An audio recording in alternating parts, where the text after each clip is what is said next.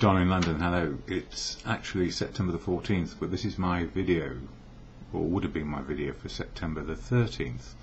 Over the last couple of days, it's been busy, and I needed to help friends and people locally rather than do my video, and miss out on a night out at the theatre.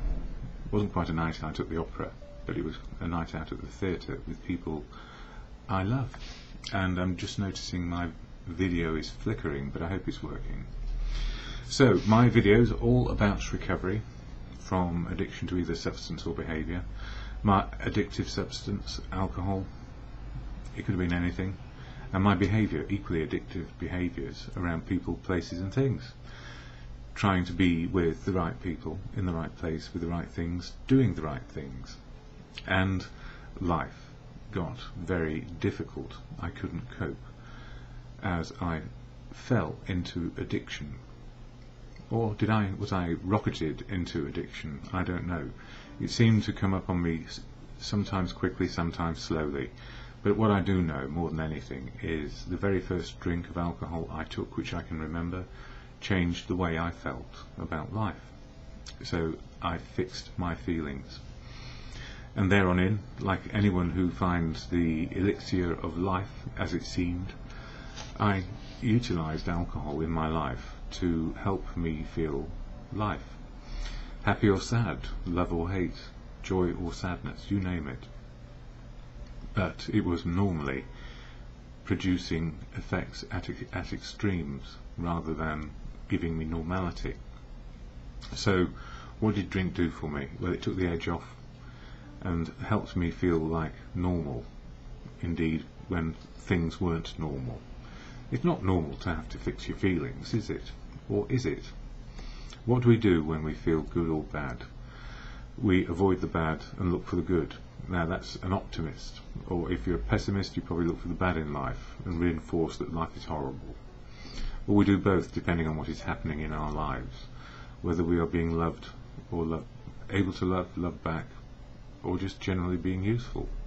We can compound our happiness or our sadness. But it's all about feelings, and in the end it turned out that I needed help to find a way through back to sobriety, through a daze, a fog, many ailments associated with addiction. And I did. It was help needed, professionally, from family, community, you name it, and also a fellowship where people knew how to get sober just for a day and then join them up and see what happens. And that fellowship is AA, which is a great big part of the story of my continued recovery as a recovering alcoholic. Some people will say they are recovered. Great. Some people say they are in recovery. Some people just don't say anything, which is okay too. We all follow what seems to work for us as individuals, but we generally share about it if we can, somewhere where it's helpful to other people, rather than just keep it to ourselves, because one of the principles of recovery seems to be share it with other people so they may too enjoy recovery if they need it.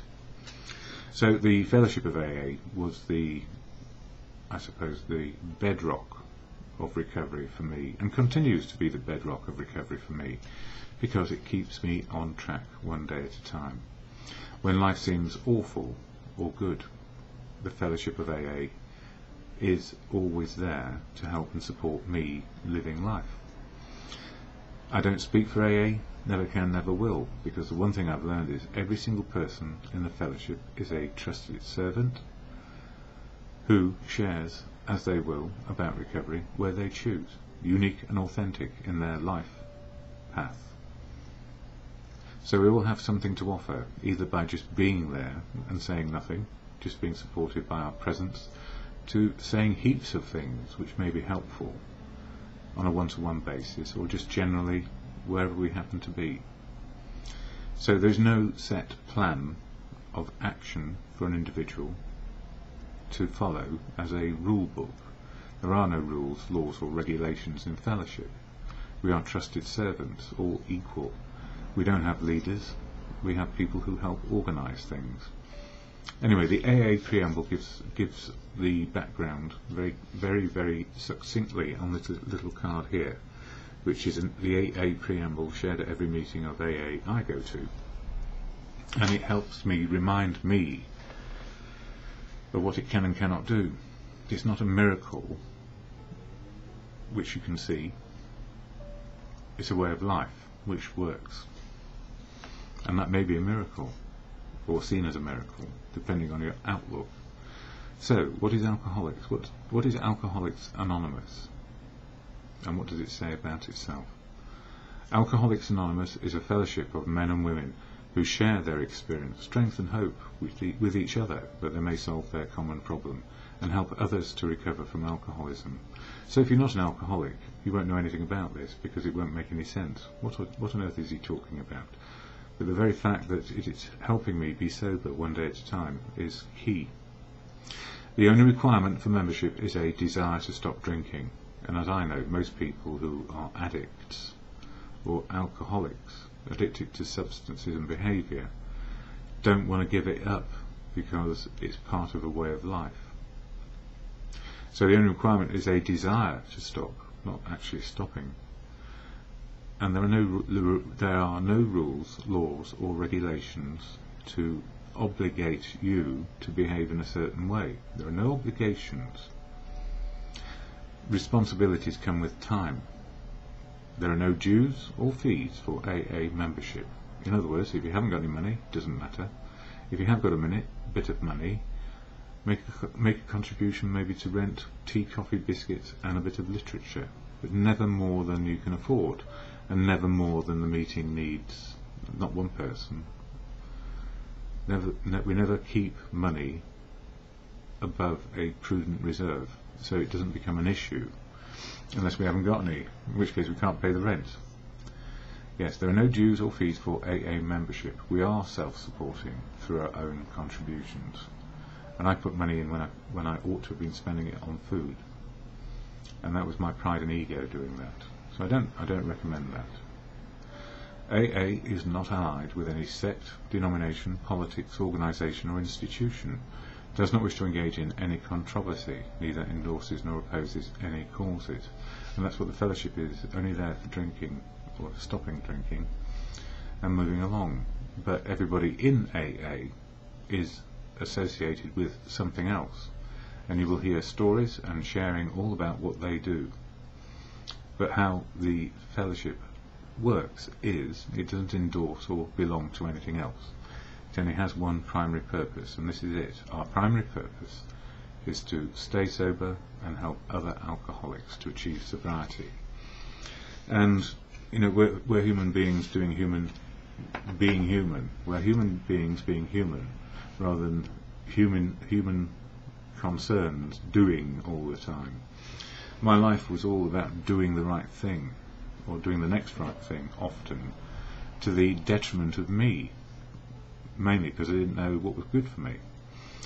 But what I do know, primary purpose, not to drink a day at a time, so I can then share what's going on, and how the fellowship helps me, and how the world then helps me as well, because the way of life integrates back into normal human doings or beings. Human beings doing what is necessary. Human beings being themselves. And that's not easy, because the world is always trying to push us one way or another, or at least we feel it might be, against what we think is right for us. And it takes a long time to find out what is right for us in the end. Normally, freedom of choice, without being dependent on something, is far better than basing all our decisions around, and how will I get my next drink? How will I get my next fix to feel all right? Why not just feel all right and see what needs to be done? See what can happen. Open up the world rather than close it down to I am tethered, anchored to an addiction which is stopping me from living my life in a more happy way, maybe, or sad if life is sad. You know, we don't actually manufacture the outcomes of happy and sad. Sometimes life throws great big wallops of something at us, and we respond to it rather than react to it if we have our wits about us. And I've just thought of a website name, which I'm not going to share here just in case it's already gone, but I think it has.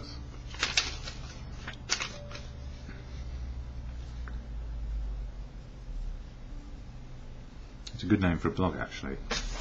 And that's the good news. By just talking sometimes we get a good idea, but if I don't write it down I'll have forgotten it by the end of this video. So I'll try and remember that one. I like it, it's a bit quirky. So I share experience, strength and hope of what's working for me in the moment of now, and I suppose, what would one say about this? Daily Reflections book, a one-day meditation to inspire, to keep alive and keep sober. And in that book, the Daily Reflections, he covers the 12 steps and 12 traditions of the fellowship, which are so important to understand and interpret and make sense of, because it's a way of life. Timeless principles which work in any occasion and become second nature, or just natural, to look for the good of how to live. 12 steps for an individual to be open, honest and willing. 12 traditions so that we can remain united in unity, recovery and service, or service, unity and recovery, or recovery, service and unity, whichever way round it works. The idea being that we are equal-sized humans sharing and working together for sobriety. And I know more than anything it is the many voices in recovery which keep me sober, not my voice or just my opinion or outlook. I need the outlook of everyone to make the sense and balance of my own, and look for what I can do and what I can't do. The can do, to live life as a human being, cannot do, influence you or persuade you to my point of view. I don't want to do that. What I want is people to be able to make free choices without being anchored to an addiction. I prefer it that way, because then life is less distorted. Doesn't mean it's ever going to be perfect or in perfect balance. No such thing occurs. In nature, you get a balance in a second and then it's gone somewhere else. It's like the winds of time, as it's often said, or the sands of time. I can't remember which one it is now. Winds of time, sands of time. Both apply. We get buffeted about, and we're like grains of sand in the universe. You know, it's not all about us. We're just living as we are today. The universe is vast and beyond definition, as is the understanding of God for me. I can't define God, but I guess there is some sort of higher power working around me, and that normally comes from the wisdom of others. So today's daily reflection, or rather yesterday's as it happens, because I wasn't able to complete my videos on the day, but as these may be around for a while, I always do one a day when I can, or within a day or so. But the daily reflection for September the 13th is repairing the damage. Good judgment, a careful sense of timing, courage and prudence, these are the qualities we shall need when we take step 9, which is make direct amends to such people wherever possible, except when to do so would injure them or others. So we want to make restitution, set the record straight, or not straight, but just try and make amends. Own up and make restitution where we can. But if it's going to cause damage or further harm, no, don't do it. Look at another way of doing the restitution, which might be in doing and behaving a particular way in our new life. It goes on to say, to make amends can be viewed in 2 ways. First, that of repairing damage. For if I have damaged my neighbour's fence, I make amend. And that is a direct amend. The second way is by modifying my behaviour. For if my actions have harmed someone, I make a daily effort to cause no further harm. I mend my ways. And that is an indirect amend. Which is the best approach? The only right approach, provided that I am causing no further harm in so doing, is to do both. If harm is done, then I simply mend my ways. To take action in this manner assures me of making honest amends. And it's never about what the other person's done. It's always about what we have done and what we need put right, if we can, directly or indirectly, by how we live our lives today. And we don't do further harm. And under this, I've just included the this step does carry a condition. This is from I think it's a 12-step aa12step.org. This step does carry a condition, except when to do so would injure them or others. If the act of making amends will open old wounds or create new harm, then making direct amends may not be an option. The benefit of making amends by the recovering person does not do more harm than good. It's so important. If I've done something which will cause, if I were to make the amendment, it causes further hurt emotionally or in whatever way, I put the other person at a disadvantage by trying to get it off my conscience. But the only way in good conscience is to behave differently and don't keep doing that same old behaviour which hurts others. And that is an indirect amend, which can be one day long, because the only place we live is today, and it becomes lifelong as we continue in recovery a day at a time. It's always one day. If we live in the past, it will horrify us, because we go back over and over again over the same old ground. Here we go again, as people often say. Or if we're trying to put it right for tomorrow, we're not actually dealing with how we behave today. We're always fretting and worrying. It doesn't mean we don't make future plans or have dreams of where we may end up, but they are contingent on what we're doing today. What plans are we making? What steps are we making? And yesterday, yes, I put this on Facebook, blown off course, ? It happens to us all.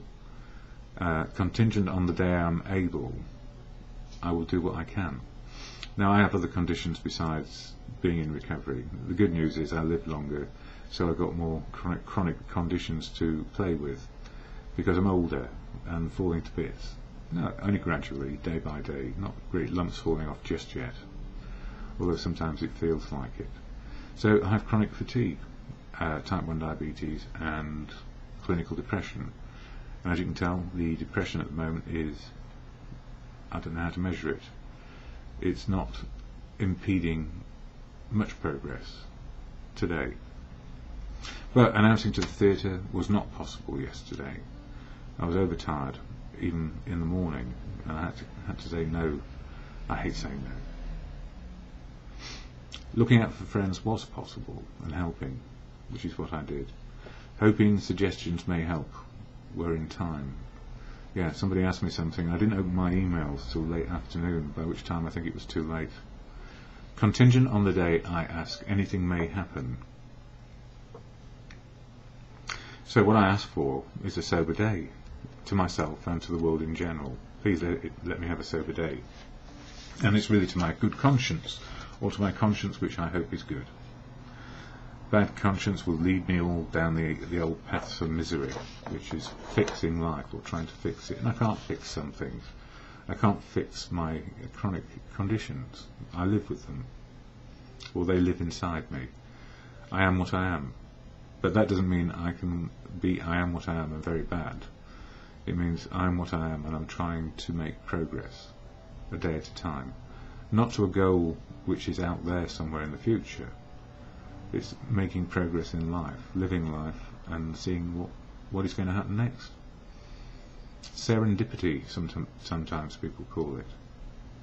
Contingent on the day I ask, anything may happen. Good suggestions keep me safe today. And previous years, mending our ways. You've got to mend your ways. And of course back then I agreed to everything with promises and never lived up to them. However sincere I was to myself and others. A fellowship and 12 steps and traditions help me every day change my attitudes and behaviour, just today. Now the thing for me with my addiction to alcohol, I never really realised it was an addiction until I lived in ignorance for years and years about fixing my feelings. I thought I was just being my own private doctor.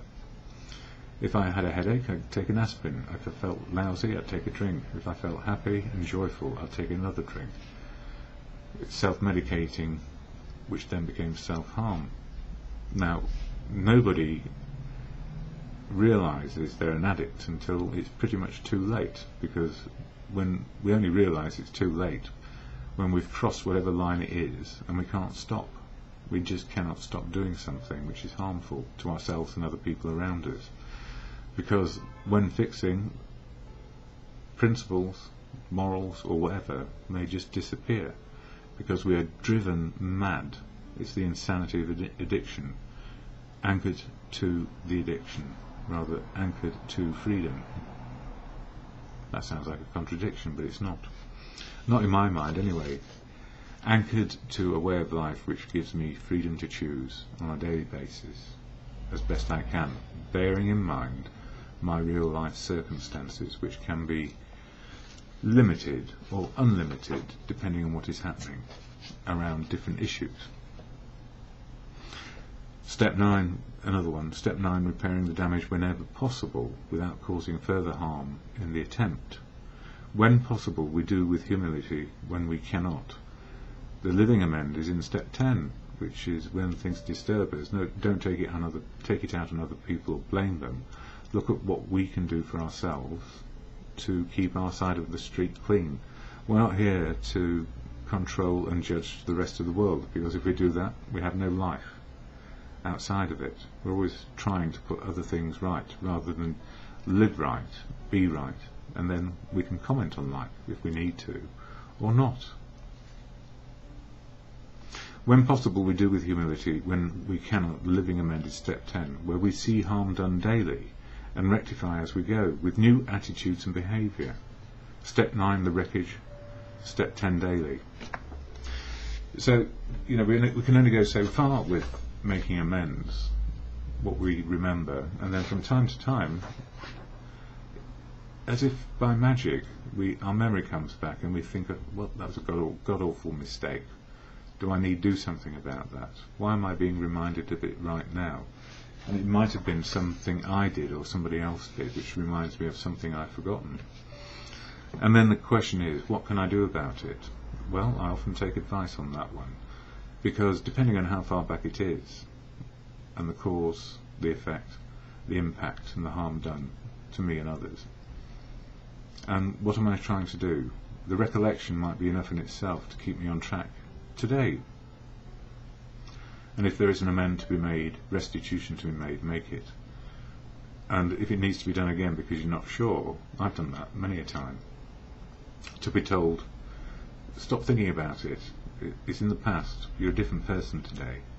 But again, other people are reminded of our behaviour by things we do. So it's a fine balance, and there is no right or wrong answer in these things, except try do no harm.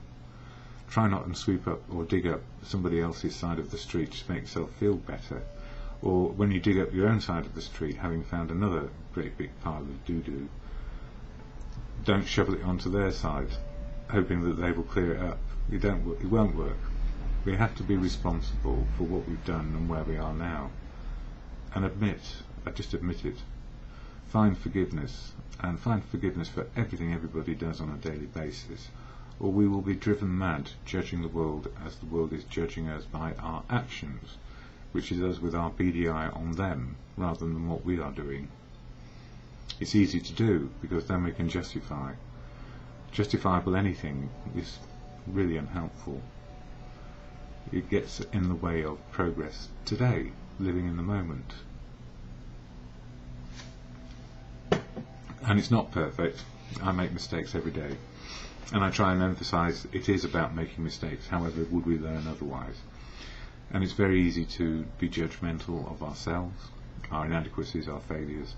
What about our successes of what we've done? Sober today is a huge progress towards living life to the full, that it works. It doesn't mean it's going to be pleasant all the time. We don't live in Elysium fields, and even then, utopia could be so stagnating.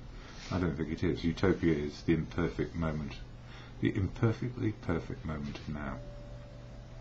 Imperfectly perfect, because there's room to grow. Or decay in my case. Anyway, it doesn't matter. Whichever way, it's working just in the moment of now. And what helps me is that serenity prayer. Can do, can't do. Wisdom to know the difference. I know what I can do is change me and my attitudes and get help. What I can't do is change you and your attitudes. That's your job. None of my business. But it might be if you're really in my face about something. I can remove myself, but I can change me. I can't change people, places and things. What a waste of time that is. Just look at law enforcement, and I don't mean that in a nasty sense or a difficult sense. Law and order, been running for 25 years on the TV. Over and over again, people make the same mistakes, and people are paying also they have to live with the consequences of those things. A better life. You only know a better life as you learn, and if we stop learning, there will always be law and order and consequences. But the naivety of politicians in the UK today, they think they've become everything rolled into one. Moral directors, social directors, financial directors, know-it-all directors, but they only know what they know, either from history or their personal experience. And some of them are making the biggest mistakes in the world, which are they know better than other people. They're put in power to empower us to live our lives freely. But right now, in my country at least, these people are curtailing rights, curtailing the possibilities, imposing rules, regulations and laws which people don't like because they know better than us. And of course they don't. Some MPs, they only have experience of two things, where they've lived, in one case Notting Hill, and the other place they've lived recently, number 10 Downing Street. And he hasn't got a clue. He has no clue. A micromanager in a helicopter, he should be in a helicopter looking at what's going on across the piece and not digging into the detail where he gets stuck and looks like a fool. Oh dear, bit of politics there. They're my politics, not your politics. So back to that serenity prayer, which helps me in any moment say, that's his business, let him get on with it. I've got enough on my plate. My freedom today is to be me, but also observe and understand my world and the bigger world. So to God or in good conscience, that serenity prayer helps me. So to God or in good conscience, God grant me the serenity to accept the things I cannot change, where people live and where they reside, what they're trying to do. Can't do anything about that. Courage to change the things I can, me, my attitudes and outlooks, and the wisdom to know the difference. Accept the things I cannot change, courage to change the things I can, and the wisdom to know the difference. In the moment and just for today. Or yesterday in this case, as I'm playing catch up.